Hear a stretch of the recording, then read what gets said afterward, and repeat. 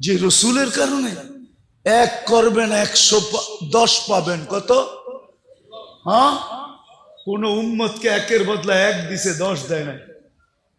কত? একের বদলায় 10 কার জন্য পাইতেছেন?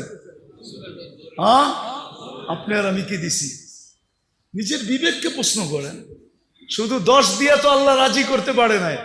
10 দেওয়ার 10 বলার সাথে সাথে আল্লাহ রসুল হাত উঠায় বলছে জিদলি উম্মতি। আল্লাহ মাত্র 10 দিলেন, দিলেনটা কি? একটু বাড়ায় দেন না। আল্লাহ কয় 100। কত?